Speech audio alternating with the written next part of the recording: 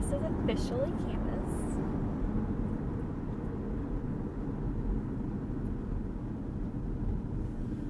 My dad taught there, so he used to teach as well. Okay, so then, go forward. Cemetery. It's in this. We have to go look. On October 31st, 2016, my dad called me and said my mom had been asked to go on medical leave from school, so we just thought it was maybe the medicine she was taking for her seizures. We had the surgery on November 25th, 2016, and my mom, being the biggest Clemson fan in the world, didn't want to miss the Clemson South Carolina game. She passed away at 7:10 on November 26th, 2016, so 20 minutes before the kickoff of the game. So we knew she had the best seat in the house.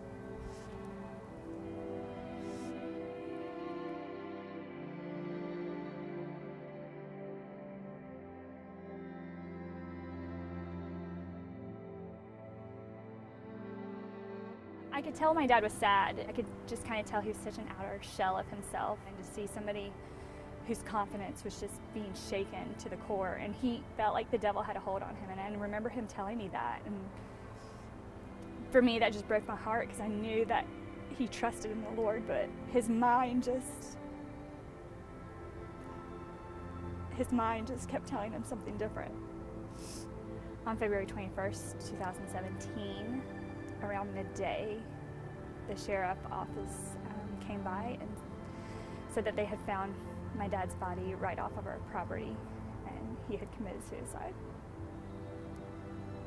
You just never believe the person who was so strong in his faith and knew that he had a purpose here on this earth would do something like that, but his mind he wasn't who he was,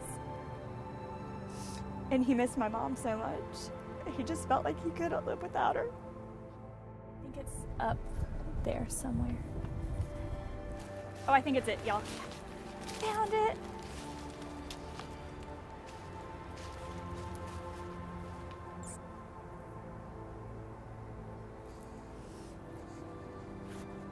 It looks so pretty.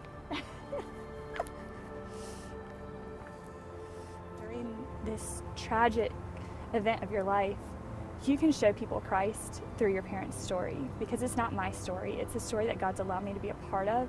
And that's all I kept thinking was, I want people to see Jesus through my parents, because they were such, godly and such Christ-like people. And to just be able to show people that even in the midst of our darkest, deepest times, and even when we're in the trenches, that God is still good and He's still faithful, even when it's really dark.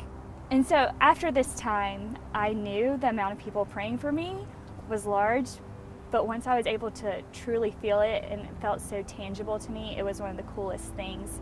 It was literally like each prayer was sitting on me, like this is a prayer from a friend, and I could just tell that people were praying for me because I could feel it. God had given it like a protective bubble around me. Part of the prayers that I mentioned earlier just are completely here, all in this box, and it's just letter after letter after letter. God had put things in place long before this ever happened, and He did such a good job, especially with me, of just putting people into place, knowing, hey, both of Kimberly's parents are no longer here, and I'm going to have people in her life that she doesn't know why they're in her life right now, that had lost a parent, and just be able to speak truth into her when the devil is trying to, bring her down. I don't believe my story is over. I think in some ways it's just beginning. I hope my story is ever changing and just shines a light on Christ through my parents.